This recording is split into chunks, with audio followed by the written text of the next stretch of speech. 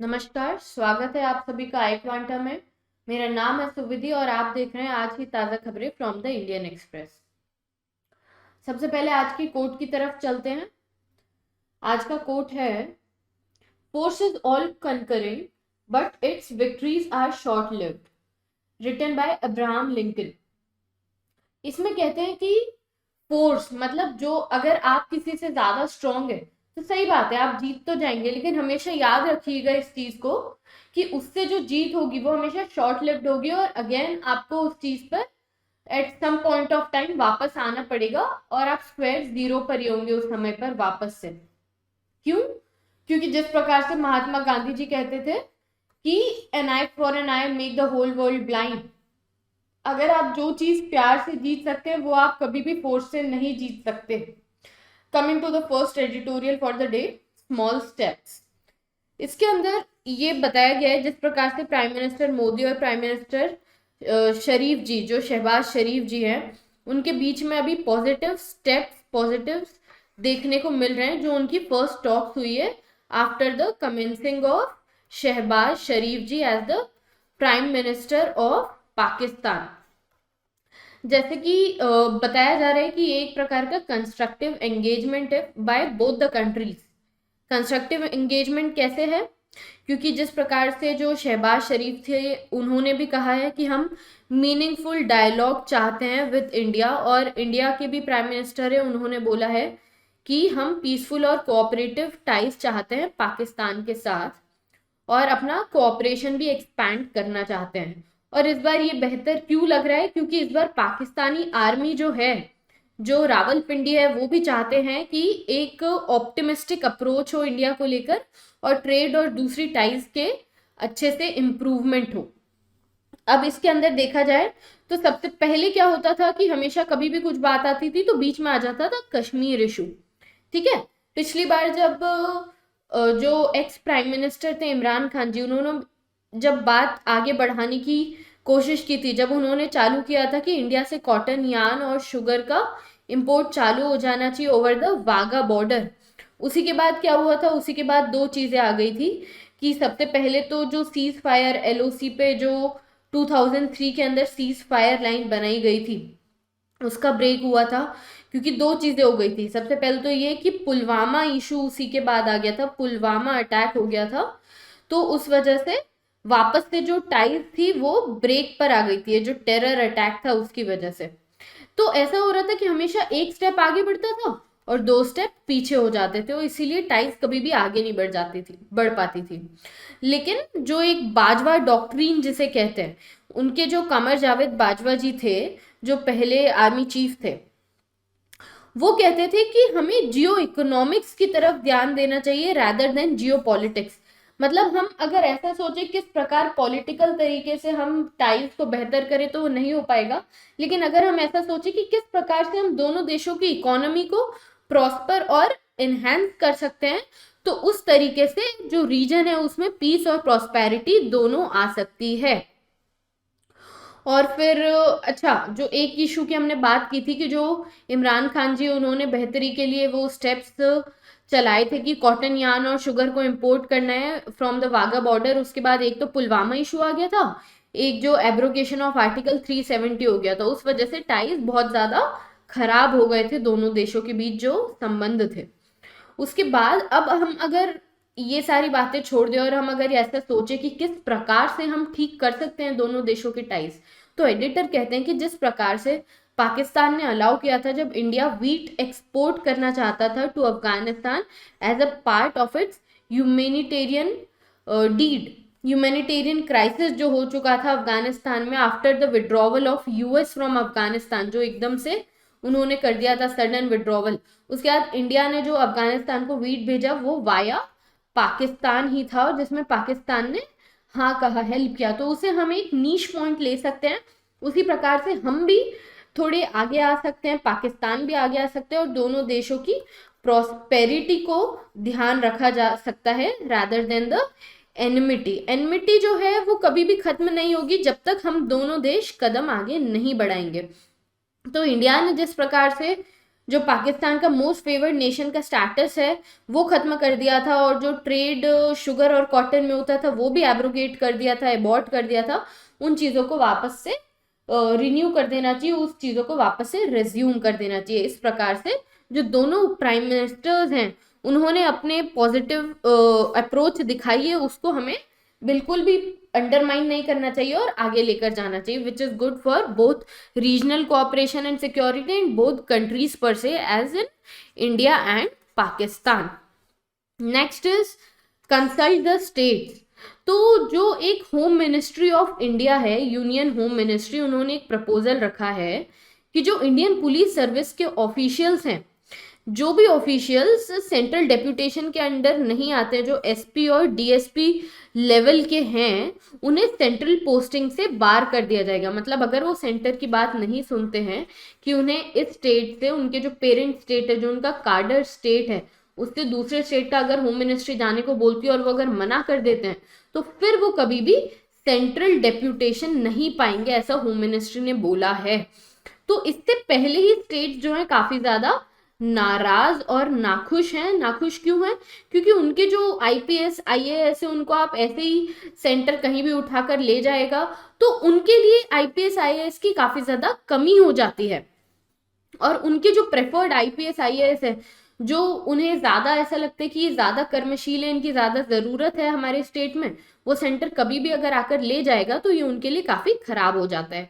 तो स्टेट्स काफी नाराज हैं, जिसके अंदर बीजेपी के स्टेट्स भी काफी सारे हैं जो इससे बीजेपी से खफा है इस बात को लेकर, जो यूनियन होम मिनिस्ट्री ने ये प्रपोजल रखा है। अब देखा जाए तो प्राइम मिनिस्टर हमेशा बात करते हैं कि कोऑपरेटिव फेडरलिज्म, मतलब स्टेट्स और जो सेंटर होगा उन दोनों के बीच में फेडरलिज्म होना चाहिए। ऐसा नहीं होना चाहिए कि सेंटर ओवर रूल कर रहा है हर चीज को, और सेंट्रल सुप्रीमेसी जो है उसे बढ़ावा नहीं देना चाहिए और एक फेडरलिज्म की तरफ जाना चाहिए।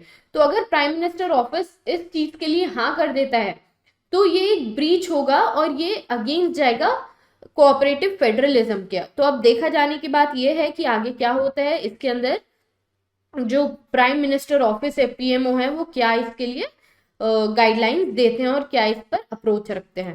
वैसे कहा जाता है कि जिस प्रकार से स्टेट्स की और सेंटर की अभी काफी चीजों पर नहीं बन रही है, जैसे कि जीएसटी रेवेन्यू का एलोकेशन, कोविड वैक्सीन के supply, jurisdiction over the BSF, enforcement agencies जो CBI, ED, income tax departments हैं, नार्कोटिक ब्यूरो है, इन सब के ऊपर जो स्टेट्स हैं वो अपना फुल ट्रस्ट नहीं दिखा पा रहे हैं, क्योंकि ऐसा माना जा रहा है कि ये सब कुछ बहुत ज्यादा सेंटर के कंट्रोल में, और स्टेट्स का कुछ भी इसके अंदर से नहीं है, से हाउ नहीं है कि किस प्रकार से स्टेट्स भी इनके कोऑपरेट करे, क्योंकि ऐसा माना जा रहा है कि सेंटर अपने टूल की तरह इस्तेमाल कर रहा है, ऐसा स्टेट्स मानते हैं। तो ये जो सेंट्रल एजेंसीज है इन पर भी ट्रस्ट स्टेट्स का बड़े इस ओर कदम करना चाहिए, किसे, सेंटर को। और दूसरी चीज जो अभी आईपीएस के जो डेप्यूटेशन की बात चल रही है इसको हटा देना चाहिए और उन्हें स्टेट जो पेरेंट कार्डर है उसके हिसाब से काम करने देना चाहिए। Next is fatal friendship. इसमें जो एडिटर राजा मेनन जी हैं वो बताते हैं कि किस प्रकार से चाइना की जो दोस्ती है, चाइना की दोस्ती जिसने भी की वो हमेशा गड्ढे में ही गिरा है। वो हमारे साउथ एशिया के 3 देशों की बात करते हैं, श्रीलंका, पाकिस्तान और म्यांमार, कि किस प्रकार चालू तो ये कहानी हुई थी म्यांमार से, लेकिन वो ले डूबी पाकिस्तान और श्रीलंका को भी। वो उसकी थोड़ी बैकड्रॉप कहानी बताते हैं, काफी इंटरेस्टिंग कहानी है, चलिए जानते हैं। तो बताया जा रहा है जिस प्रकार से हमारी ये जो तीनों देश थे जब ये आजाद हुए थे काफी ज्यादा प्रॉस्पेरस देश हुआ करते थे।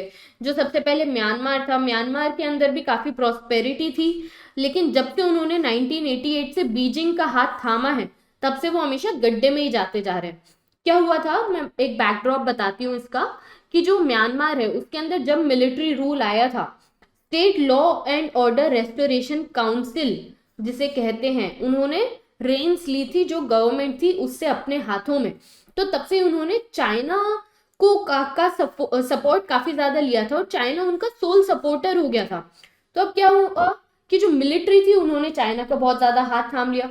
और अगर आप जानते होंगे म्यांमार से सबसे ज्यादा एक्सपोर्ट जो होता है वो टीक वुड का होता है। तो जितना भी टीक वुड था उसका मैक्सिमम एक्सपोर्ट चाइना में होता था। चाइना पूरा एक्सप्लॉइट कर लेता था म्यांमार के टीक के सप्लाई को। फिर उसके बाद क्या हुआ, चाइना ने बहुत सारा डेट दे दिया और अब जो है इकोनॉमिक प्रोस्पेरिटी जो थी म्यांमार में वो कभी नहीं बढ़ पाई। म्यांमार से एक्सपोर्ट्स लिए चाइना ने, लेकिन कभी भी इस बात पर ध्यान नहीं दिया कि किस प्रकार से इंफ्रास्ट्रक्चर या फिर इकोनॉमिक प्रोस्पेरिटी बढ़े वहां के लोगों की, जबकि उन्होंने सिर्फ हमेशा म्यांमार को एक्सप्लॉइट ही किया है। और फिर उसके बाद उनका जो सिविल वॉर हुआ था, क्राइसिस हुआ था, मिलिट्री ओवर रूल हो गया था 2007 में। फिर क्या हुआ, क्योंकि उन्होंने सिर्फ चाइना को एक्सपोर्ट किया, अपनी इकोनॉमी को शट डाउन कर दिया, लोगों की बात नहीं मानी, जैसे कि आईएमएफ वगैरह। तो आईएमएफ ने भी काफी ज्यादा सैंक्शंस डाल दिए थे म्यांमार पे, तब से ही और ज्यादा क्राइसिस आ गया म्यांमार में। दूसरी बात करते हैं पाकिस्तान की। पाकिस्तान इतना बेहतर हुआ करता था 1947 में। शुरुआत में तो उनकी जीडीपी हमेशा इंडियन जीडीपी से सॉरी जीडीपी नहीं, पर कैपिटा इनकम जो थी वो हमेशा इंडियन के मुकाबले ज्यादा हुआ करती थी। पर किस प्रकार पाकिस्तान अब धीरे धीरे गड्ढे में जा चुका है उसकी बात कर रहे हैं ये, कि जिस प्रकार पाकिस्तान में दुनिया का सबसे largest man made irrigation system था, पंजाब में इतना थ्राइविंग इंटरनेशनल हार्बर था, कराची पोर्ट जो था, और ये सारी चीजें थी। पाकिस्तान काफी बहुत अच्छा भी कर रहा था, लेकिन मिड 50s में जब से उनके मिलिट्री ओवर रूल हुआ है तब से उन्होंने भी चाइना का हाथ थामा है, और चाइना का हाथ थामते से ही वो वापस से डेट ट्रैप के अंदर चले गए। इसका सबसे बढ़िया जो उदाहरण है वो चाइना पाकिस्तान इकोनॉमिक कॉरिडोर है, जो फ्लैगशिप है, जो चाइना का एक बेल्ट एंड रोड इनिशिएटिव का एक सपना है, उसका फ्लैगशिप प्रोजेक्ट है सीपीईसी, जिसकी भी उन्होंने बहुत ज्यादा, पहली बात तो ये वायबल नहीं है उतना, लेकिन उन्होंने पाकिस्तान को मनाया इसके लिए, और दूसरी इसके लिए काफी ज्यादा उन्होंने कॉस्ट भी इनकर की पाकिस्तान से। कहा जाता है कि ऑलमोस्ट $30 बिलियन रुपीज उन्होंने एक्स्ट्रा चार्ज किए पाकिस्तान से for this China Pakistan economic corridor. Although अब तो ये जो है अभी विदहोल्ड कर रखा है पाकिस्तान ने, लेकिन ऐसा देखो, अगर पहले साउथ कोरिया जैसे डेवलप्ड नेशन के लोग जो इकोनॉमिस्ट थे वो पाकिस्तान के मॉडल को देखने आते थे कि किस प्रकार से पाकिस्तान ने इतना बेहतर किया है, और अब देखो कि क्या हो गया। अब देखो पाकिस्तान के साथ तो वैसे सारे देशों ने काफी खराब किया है। सबसे पहले हम बात करें अगर यूएसए की, तो उन्होंने पाकिस्तान के अंदर तालिबान बनाया। तालिबान उन्होंने खुद ने बनाया पाकिस्तान के अंदर टू फाइट रशिया इन अफगानिस्तान। और अब देखो तालिबान किस प्रकार से अफगानिस्तान को एकदम, बिल्कुल मैं कहना नहीं चाहूंगी इसके लिए कुछ गलत शब्द, लेकिन अफगानिस्तान को एकदम शैटर कर दिया है उन्होंने। पूरी इकोनॉमी एकदम बर्बाद है, जो सबसे हैप्पीनेस इंडेक्स में सबसे नीचे आ रहा है अफगानिस्तान, और ह्यूमन डेवलपमेंट इंडेक्स में सबसे नीचे आ रहा है, क्योंकि जो इकोनॉमिक पॉलिसीज इतनी खराब हो गई है। और उन्होंने सिर्फ अपने ईगो में एक रशिया से लड़ने के लिए तालिबान बना दिया पाकिस्तान के अंदर। अब वहां के जो उस टाइम के मिलिट्री लीडर्स थे जैसे जियाउल हक, उन्होंने भी काफी ज्यादा इसके अंदर सपोर्ट किया कि सबसे पहले तो पहले ही पाकिस्तान एक इस्लामिक नेशन था, उन्होंने और ज्यादा इस्लाम के ऊपर ही काफी ज्यादा लोगों को वैंडलाइज, मतलब उनका दिमाग के साथ, उनका ब्रेन के साथ खेला, और ज्यादा उनको इस्लामाइज किया। कहने का मतलब है कि उसमें कुछ बुरा नहीं है, लेकिन उन्हें इकोनॉमिक प्रॉस्पेरिटी से ज्यादा सिर्फ उनके रिलीजियोसिटी पर ध्यान दिया, और लोग उसी के अंदर घूमते चले गए। और अब जो है ये पाकिस्तान के अंदर जो सीपेक का क्लासिक डेट ट्रैप है वो भी चाइना खेल चुका है। तो पाकिस्तान के अंदर तो थोड़ी सी हमने बैकलॉग में ज्यादा बात कर ली, क्योंकि जितना कहा जाए उतनी मार पड़ चुकी है पाकिस्तान को हर तरफ से, बीट चाइना बीट यूएस। अब देखो पहले यूएस चाइना सबसे उनको बढ़िया आर्म्स मिलते थे, अब यूएस ने भी उनको एकदम लात मार दिया है, और चाइना तो उनको एकदम क्लासिक डेड ट्रैप में घसीट ही लिया है।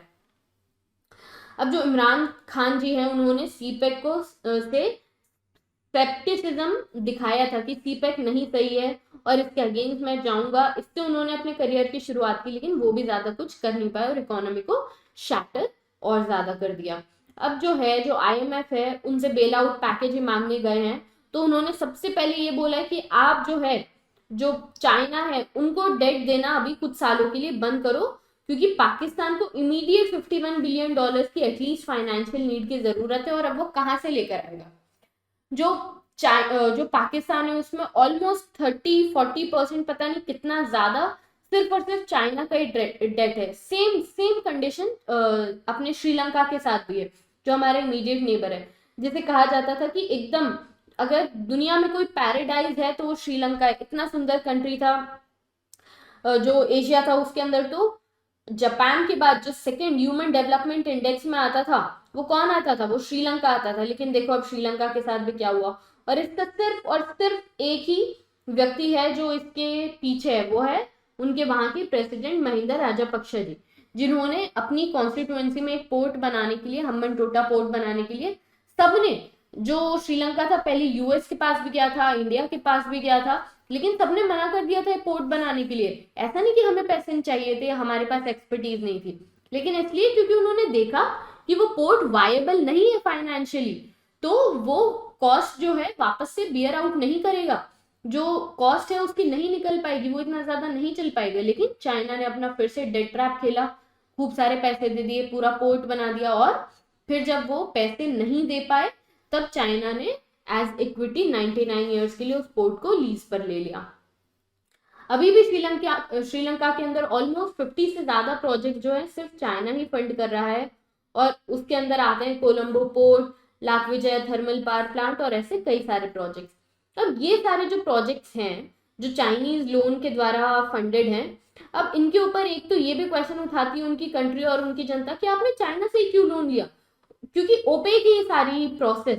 ऑलमोस्ट 6.5% के इंटरेस्ट पर चाइना से उन्होंने लोन लिया है, जबकि जो एशियन डेवलपमेंट बैंक थी उन्हें 2.5% इंटरेस्ट पर लोन दे रही थी। लेकिन वही है कि एशियन डेवलपमेंट बैंक थी तो वो देखती फाइनेंशियल वायबिलिटी क्या है प्रोजेक्ट की, ये सब, इसलिए वो कम इंटरेस्ट पे लोन लेती है। चाइना तो लोन देते जाते हैं और फिर इक्विटी के नाम पर चीजें लेते जाते हैं। ऑलमोस्ट एक प्रकार का न्यू कोलोनियलिज्म ही हो गया है, कि जिस प्रकार से ब्रिटिशर्स हमारे यहाँ आए थे और उन्होंने एक एक चीजें, जो कैलिकट पोर्ट था, फिर उसके बाद जो हमारे कलकत्ता था, बर्मा था, उनको ऐसे ही करके डेट ट्रैप नहीं कहेंगे, लेकिन अपनी वहां पर इक्विटी जमा ली थी और फिर धीरे धीरे कंट्री को अपनी बना लिया था। उसी प्रकार से चाइना भी अब इन सारे देशों के साथ कर रहा है। अब देखो पाकिस्तान की एक और बात मुझे याद आई उतने टाइम में, कि अभी वापस से पाकिस्तान की जो गवर्नमेंट है उन्होंने और प्रोजेक्ट की, ग्वादर पोर्ट, लाहौर मेट्रो, ये सारी चीजें भी बनाने की बात की। अब यहीं पे कराची पोर्ट है, यहीं पे आप ग्वादर पोर्ट बना रहे हो, तो इतना ज्यादा फाइनेंशियली वायबल ही नहीं। कराची खुद एक इतना फ्लरिशिंग पोर्ट है, आप उसी को और ज्यादा बड़ा या एक्सटेंड कर सकते थे। लाहौर मेट्रो भी इनके अंदर आती है, तो पब्लिक के अंदर भी ये बात समझ में आती है, पब्लिक को, पब्लिक से भी काफी ज्यादा क्रिटिसिज्म अब जो है मिल रहा है वहां की गवर्नमेंट्स को। तो नीड ऑफ द आवर ये है कि अब बाकी की भी जो अंडर डेवलप्ड कंट्रीज है, जिनको चाइना एकदम आगे बढ़ बढ़ के लोन दे रहा है, उन्हें ये बात समझनी होगी कि ये एक डेट ट्रैप डिप्लोमेसी है, और ये चाइना सिर्फ उस देश के ऊपर अपना ऑलमोस्ट कब्जा जमाने के लिए ये चीजें कर रहा है। ऐसा नहीं है कि चाइना खुद फाइनेंस कर रहा है उस चीज को, कि चाइना के पैसे हैं चलो लेते जाओ लेते जाओ। चाइना वापस ले लिया अपने पैसे, और पैसे आपके पास नहीं होंगे तो वो आपका देश इस प्रकार से खरीदते जाएंगे in the name of equity. तो दिस इज आयरॉनिकल कि इतने सारे देशों के साथ भी ऐसा हो गया, लेकिन अभी भी जो अंडर डेवलप्ड देश हैं वो अभी भी इस बात को समझ नहीं पा रहे हैं और चाइना से लोन लिए जा रहे हैं। अच्छा, इसके अंदर मैं अपना एक पॉइंट और ऐड करना चाहूंगी कि किस प्रकार से इसे बचा जा सकता है। जो आईएमएफ है, एशियन डेवलपमेंट बैंक है, ब्रिक्स बैंक है, और जो ऐसी वर्ल्ड बैंक है, दूसरे बैंक है, इन सबको आगे आना चाहिए और लोन देना चाहिए जो अंडर डेवलप्ड कंट्रीज है, और उन पर इतने कड़े रेस्ट्रिक्शंस नहीं लगाना चाहिए कि वो उनसे लोन लेने में भी कतराए, ताकि जो चाइना है उसे हम काउंटर कर सकें।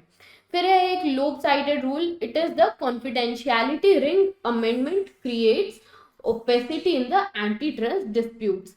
इसके अंदर जो एडिटर है वो कहना चाह रहे हैं कि किस प्रकार से जो कॉन्फिडेंशियलिटी ट्रस्ट करके ये जो चल रहा है, जो कंपटीशन कमीशन ऑफ इंडिया है, जो कंपटीशन कमीशन ऑफ इंडिया है, उन्होंने कहा है कि किस प्रकार से ये जो डिस्प्यूट्स हो रहे हैं एंटी ट्रस्ट मैटर्स में अमेजोन वगैरह के, उसके बारे में बात की गई है। बहुत ज्यादा काम का नहीं है, हम इस पर ज्यादा ध्यान नहीं देंगे। नेक्स्ट आता है when the judiciary stands up. इस पर उन्होंने लॉर्ड किया है दो कंट्रीज की जुडिशरी को, जो एडिटर है उन्होंने, एक तो कीनिया और दूसरा पाकिस्तान। जिस प्रकार से अभी रिसेंट जजमेंट्स इन दोनों कंट्रीज के अंदर आए हैं, ओवर द जो वहाँ के एग्जीक्यूटिव थे उनके अगेंस्ट, क्योंकि एग्जीक्यूटिव की जो एट्रोसिटीज हो रही थी, जो मनमाने एकदम काम अपने करे जा रहे थे, तो किस प्रकार से उस कंट्री की जो जुडिशरी थी उन्होंने काफी ज्यादा अपना स्टैंड लिया है, और जो एक कमेंडेबल चीज है। तो जो पीटर डिसूजा जी हैं, जो एडिटर हैं इस आर्टिकल के, वो कहते हैं, वो बताते हैं पहले तो क्यों वो कीनिया और पाकिस्तान की बात अभी कर रहे हैं। तो जिस प्रकार से कीनिया ने, अभी क्या हुआ था, मैं कीनिया का एक बैकड्रॉप देती हूँ कि वहां के जो एक डीकोलोनाइजिंग लॉ की इन्होंने बात की, कि वहां के जो एग्जीक्यूटिव थे वो क्या कर रहे थे, बिल्डिंग ब्रिजेस इनिशिएटिव लेकर आ रहे थे। अभी बिल्डिंग ब्रिजेस इनिशिएटिव क्या होता है कि जो वहां का जो कॉन्स्टिट्यूशन था जो 2010 में बना था, वो उसके अगेंस्ट काफी ज्यादा, उसके अंदर काफी ज्यादा चेंजेस करना चाह रहे थे। तो यहाँ पर जो जुडिशरी थी उन्होंने अपना स्टैंड लिया और उसके खिलाफ आवाज उठाई।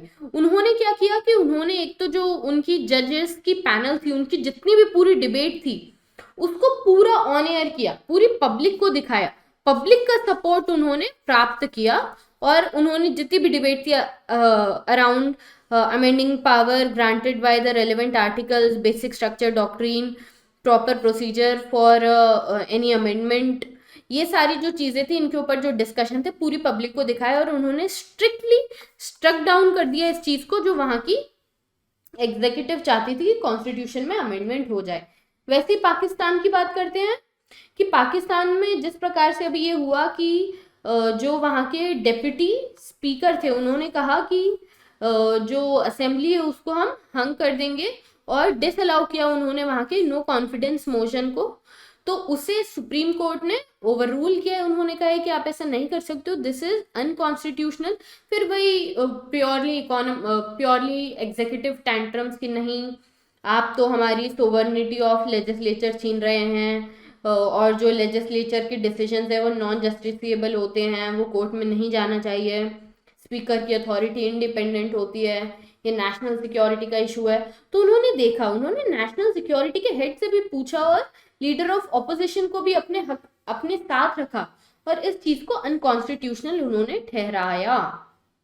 और जो डॉक्ट्रिन ऑफ नेसेसिटी थी, ये जो एग्जीक्यूटिव्स करते हैं कि एक इलीगल डिसीजन जो है उसके साथ ही रहना पड़ता है फिर वहां की जुडिशरी को, क्योंकि उनके पास कोई बैकिंग नहीं होती है, और उन्हें हमेशा एग्जीक्यूटिव के थोड़े से दबाव में रहना पड़ता था, क्योंकि वहां की जुडिशरी की बैक इतनी स्ट्रांग नहीं थी, ऐसा एडिटर कहते हैं। लेकिन इस बार वहां की दोनों कंट्रीज की जुडिशरी ने काफी ज्यादा अपना स्ट्रॉन्ग पॉइंट रखा है, और ये काफी कमेंडेबल है। अब ये 3-4 फैक्टर्स है जो एडिटर बताना चाहते हैं कि जिसकी वजह से ये बोल्डनेस कोर्ट में आई है। सबसे पहले तो क्वालिटी ऑफ लॉ इटसेल्फ, जब लॉ ही क्लियर था कि क्या कंस्ट्रेंट होते हैं एग्जीक्यूटिव के और एग्जीक्यूटिव को क्या चीज नहीं करना चाहिए, तब ही जो है जाकर जो कोर्ट्स थे वो उनके अगेंस्ट बोल पाए। अगर लॉ ही इतना क्लियर नहीं होता तो कोर्ट्स उनके अगेंस्ट जाकर नहीं बोल पाते। नेक्स्ट चीज जो आ जाती है इसके अंदर वो ये है कि जो पब्लिक है, पब्लिक का भी उनके पास सपोर्ट था, पब्लिक का सपोर्ट था, जो पॉलिटिकल एलीट थे उन्होंने पॉलिटिकल एलीट्स को अपने साथ रखा, जिसकी वजह से उनके पास एक बैकिंग थी। उसके अलावा जो पब्लिक डिस्क्लोजर था, जितनी भी अनकॉन्स्टिट्यूशनैलिटी थी एग्जीक्यूटिव डिसीजन की, उन्होंने ये सारी चीजें पब्लिक को बताई, और लेजिटिमेसी नहीं है इन चीजों की ये भी पब्लिक को बताया। और चौथी चीज जो सबसे ज्यादा इंपॉर्टेंट है कि वो जजेस का करेज था। ऐसा नहीं था कि जैसे पहले एक जज जो थे उनका अभी कुछ ही समय पहले वहां पर एग्जीक्यूशन हो गया किसी बात पर, ये जो उन्होंने पहले एक ऑर्डर दिया था अगेंस्ट प्रधानमंत्री नवाज शरीफ। अब मैं पूरा जो केस है वो तो आपको यहाँ नहीं बताऊंगी, लेकिन जजेस भी थोड़े फियर में रहते हैं, लेकिन उन्होंने अपना स्टैंड काफी अच्छे से रखा, जो चीज कमेंडेबल है। और उसी प्रकार जो मैक्स वीबर हैं, जो एक जर्मन सोशलिस्ट थे और सोशल थियरिस्ट थे, उन्होंने कहा है कि पॉलिटिक्स जो है वो 4 चीजों पर चलती है, विजन, पैशन और सेंस ऑफ रिस्पॉन्सिबिलिटी। और ये चीजें दिखाई है वहां के जजेस ने। वहां के विजन क्या है कि जो फ्यूचर है हमारे देश का वो कैसा होना चाहिए, ये उन्होंने एनविजन किया। दूसरी चीज पैशन, कि वो कस्टोडियन है वहां के कॉन्स्टिट्यूशन को प्रोटेक्ट करना, उन्हीं का काम है, वो पैशन उन्होंने दिखाया और सेंस ऑफ रिस्पॉन्सिबिलिटी की हम नहीं तो कौन करेगा, ये हमारी रिस्पॉन्सिबिलिटी, हमें करना चाहिए। तो इस वजह से ये जो दोनों कोर्ट्स है, supreme courts of Kenya and Pakistan, वहां के जजेस ने इतना बेहतर डिसीजन दे पाए और ये माना जा रहा है कि और आगे इस प्रकार से वो डेमोक्रेसी को और ज्यादा एनरिच करने की, क्योंकि देखो एक माइलस्टोन रखना होता है, एक नीश स्टेप रखना होता है। अब जो यहाँ के जजेस ने हिम्मत दिखाई है, तो आगे वाले जो जजेस होंगे वो भी इनको अपना एक रोल मॉडल लेकर वो भी अच्छे ऐसे ही डिसीजंस, अनबायस्ड डिसीजंस पास करेंगे। नेक्स्ट आर्टिकल है holding Moscow to the account. ये बताता है कि किस प्रकार से जो इंटरनेशनल लॉज है उनमें लूप होल्स होने की वजह से मॉस्को को अकाउंटेबल नहीं ठहराया जा पाएगा। और किस वजह से अकाउंटेबल नहीं ठहराया जा पाएगा, जो अभी यूक्रेन और रशिया का क्राइसिस हो रहा है उसके बीच में उसे अकाउंटेबल नहीं ठहराया जा पाएगा। इसके बारे में हम बात करते हैं, क्यों बताते हैं कि किस प्रकार से जो रेस्ट्रिक्शन है और जो पूरे देश दूसरे लगा रहे हैं रशिया पर, जो वेस्टर्न नेशन है। अब देखिए दो चीजों से उन्हें अकाउंटेबल ठहराया जा सकता है, या तो एक आप उनके अगेंस्ट रेटोरिक काफी ज्यादा बनाओ कि उन्हें अकाउंटेबल ठहराने की जरूरत है, पूरी वर्ल्ड कम्युनिटी एक साथ आए, या फिर सैंक्शंस। ये दो ही चीजें हैं जिस वजह से हम हर्ट कर सकते हैं किसी कंट्री को, ताकि वो अपने नीज पर आ पाए। तो अभी जो है हम अपना सैंक्शंस वाला गेम खेल रहे हैं। उसके बाद ये बताते हैं कि किस प्रकार से जो कंट्री है रशिया, उन्होंने इसके पहले भी काफी ज्यादा ह्यूमैनिटेरियन जो वॉर क्राइम्स है वो किए हैं, लेकिन कोई कुछ कर नहीं पाया ज्यादा। जैसे कि उन्हें चेचनिया में कितने सारे ऑलमोस्ट 60 सिविलियंस को एग्जीक्यूट कर दिया था। उसके बाद सीरिया में क्लस्टर बॉम्ब्स डाले थे। उसके बाद यूनाइटेड नेशन सिक्योरिटी काउंसिल जो है उसके अंदर वीटो किया था उनने, जो सर्ब्स का जीनोसाइड हुआ था, ऑलमोस्ट 8000 मुस्लिम्स का जीनोसाइड हुआ था, तो उसमें भी उन्होंने वीटो कर लिया था। अब देखिए जो अपनी यूनाइटेड नेशंस के जो ह्यूमन राइट काउंसिल है उससे वहां से सस्पेंड कर दिया है रशिया को, लेकिन इससे कोई खासा प्रभाव नहीं पड़ेगा रशिया पर, क्योंकि अगर देखा जाए तो यूनाइटेड नेशन सिक्योरिटी काउंसिल में परमानेंट मेंबर है रशिया, और वो वीटो कर सकते हैं अगर कोई भी चीज, कोई भी एक्शन उनके अगेंस्ट, अगर कोई भी चीज आती है, कोई भी प्लेबिसाइट होता है या फिर कोई भी रेफरेंडम होता है, नॉट प्लेबिसाइट, अगर कोई भी रेफरेंडम होता है तो उसे वीटो कर सकते हैं। उसके अलावा एक और चीज हो सकती है कि इंटरनेशनल कोर्ट ऑफ जस्टिस। अब देखिए इंटरनेशनल कोर्ट ऑफ जस्टिस में भी वॉर क्राइम के अगेंस्ट आप केस कर सकते हो रशिया पर, लेकिन दिक्कत ये है कि इंटरनेशनल कोर्ट ऑफ जस्टिस का जो है, या कोई भी अपनी खुद की आर्मी नहीं है, या ऐसा नहीं कि कोई पुलिस फोर्स है कि वो जाए और अकाउंटेबल ठहराएं और वो जाकर पकड़ कर ले आए, वो भी नहीं किया जा सकता है। और फिर उसके बाद क्या किया जा सकता है कि एडहॉक ट्रिब्यूनल्स बनाए जाए, और ये जो ट्रिब्यूनल्स हैं वो अपने आप जो जजमेंट है वो पास करें और फिर रशिया को अकाउंटेबल ठहराए। लेकिन ये भी सही नहीं है। ये क्यों नहीं सही रहेगा?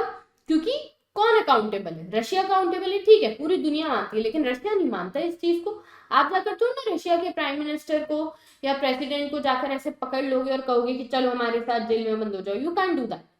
और फिर काफी ज्यादा ऐसी और चीजें, जैसे कि जो रोम प्रपोजल था वो भी कहता है कि किस प्रकार से कितने ज्यादा वॉर क्राइम्स किए, जैसे अभी माना जाता है ये बुका किलिंग थी, फिर मैरियोपोल पे केमिकल वेपन्स डाल दिए हैं। ये सारी चीजें जो है काफी ज्यादा वॉर क्राइम के एकदम जो हेडलाइंस है उसके अंदर ही आ जाती है, लेकिन अकाउंटेबल कोई ठहरा नहीं सकता है। उसका सबसे बड़ा रीजन एक ये है कि सैंक्शंस तो डाल सकते हैं, लेकिन अभी भी देखा जाए तो सबसे ज्यादा जो यूरोप की एनर्जी सिक्योरिटी है वो रशिया पर ही डिपेंड करती है।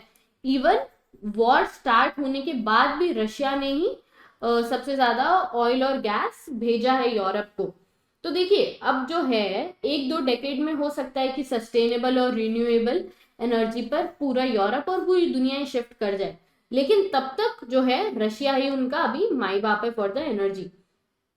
अब देखा जाए तो रशिया, ये बात सब जानते हैं, लेकिन ये बात रशिया भी जानते हैं कि अगर किसी समय यूरोप ने उनसे ऑयल लेना, गैस लेना बंद कर दिया तो रशिया के अंदर फॉरेक्स के लाले पड़ जाएंगे, क्योंकि उनका सबसे ज्यादा जो पैसा आता है फॉरेक्स का वो आता है ऑयल और गैस के एक्सपोर्ट से, जो वो यूरोपियन यूनियन को करता है। लेकिन अगर वही बंद हो गया तो उन्हें कहां से पैसे आएंगे अभी? ठीक है, जब तक यूरोपियन यूनियन या यूरोप गैस लेना बंद करता है रशिया से, तब तक रशिया भी दूसरा रास्ता ढूंढ निकालेगा कि किस प्रकार से वो पैसे लेकर आए। अच्छा, दूसरी बात की जाती है कि अब रशिया ने एक दो बायर ढूंढे हैं, जैसे कि इंडिया है, उसके बाद चाइना है। उन्होंने बोला है कि हम आपको चीप ऑयल और गैस देंगे, आप हमसे ले लीजिए। लेकिन उन्हें भी ये बात समझ में आती है, और इंडिया चाइना को भी ये बात समझ आती है कि वो अपने जो मिडिल ईस्टर्न जो पार्टनर्स हैं उनसे ऑयल और गैस लेना बंद नहीं करेंगे। ऐसा नहीं कि वो कहेंगे कि अच्छा चीप ऑयल दे रहे हो, आप ही दे दो हमको पूरा का पूरा ऑयल, क्योंकि वो डिपेंडेबल नहीं है अभी भी रशिया, अभी भी वो वॉर टॉर्न है। पता नहीं कब उनके कुछ सिर फिर जाए और फिर वो बोल दें कि चलो आपने हमसे लेना चालू कर दिया है, अब हमने रेट बढ़ा दिए, तो मिडिल ईस्टर्न पार्टनर्स भी हमारे तो खराब हो गए और रशिया से भी ऑयल का रेट इंक्रीज हो गया। तो एकदम ऐसा नहीं कि इंडिया और चाइना पूरा का पूरा ऑयल ही ले लेंगे रशिया से।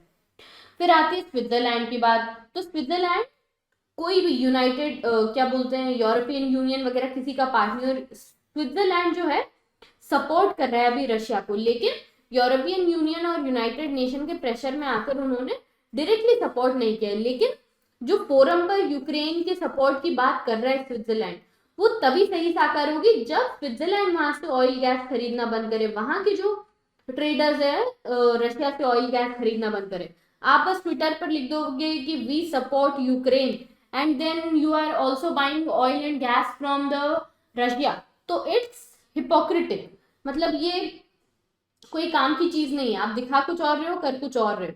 तो ऐसा है कि जिस प्रकार से यूरोप ने यूरोपियन यूनियन ने, हम इसको कंक्लूड करते हैं, एक 10 पॉइंट प्लान बनाया कि किस प्रकार से यूरोप की एनर्जी की जो डिपेंडेंस है वो कम करेंगे धीरे धीरे रशिया के ऊपर से। तो वो एक लॉन्ग टर्म प्लान हो सकता है और सिग्निफिकेंटली वो इम्पैक्ट भी करेगा रशिया को कि अब रशिया कहाँ से पैसे लेकर आएगा। ऑल्दो अभी भी रशियन इकोनॉमी बहुत ज्यादा हर्ट हुई है ड्यू टू द सैंक्शंस, लेकिन ऐसा नहीं है कि रशिया एकदम घुटनों पर अभी आ चुका है। बहुत ज्यादा सही बात है ये कि रशिया के अंदर जो है ब्रेड और बटर की भी अभी किल्लत हो गई है डिपार्टमेंटल स्टोर्स के अंदर। जैसे आज ही फ्रंट पेज पर न्यूज थी कि वहां के डिपार्टमेंटल स्टोर में ब्रेड नहीं है, राशन नहीं है, मिल्क नहीं है, उन्होंने इंडिया से हेल्प मांगी है। तो वो हर्ट तो हुए, लेकिन हो सकता है कि वहां पर रेजिम चेंज भी हो जाए। जितना ज्यादा एजिटेशन वहां पर अभी हो गया है towards the against the Patan, जो वहां के अभी प्रेसिडेंट है, हो सकता है रेजिम चेंज भी हो जाए। लेकिन उसके पहले क्या करना है वो तो आगे की बात है। लेकिन अभी क्या करना चाहिए, अभी सबसे पहले जरूरत है कि ऑयल डिपेंडेंस धीरे धीरे रशिया पर से कम की जाए, क्योंकि रशिया को अकाउंटेबल ठहराने के लिए कोई और ऑप्शन नहीं है। Thank you. आई होप आपको आज का लेक्चर पसंद आया होगा। अगर आपको ये लेक्चर पसंद आया है तो लाइक कीजिए, शेयर कीजिए और सब्सक्राइब कीजिए इस चैनल को। Thank you. मिलते हैं कल इसी समय पर। जय हिंद, जय भारत।